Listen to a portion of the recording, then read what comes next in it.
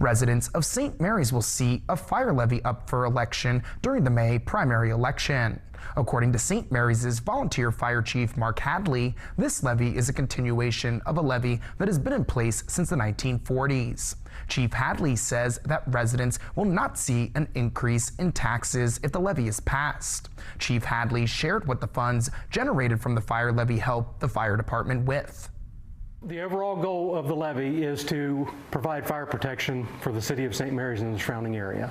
That does three things for us. It lets us purchase new trucks, purchase new equipment, and provide training to new members and current members and provide continuing education for them.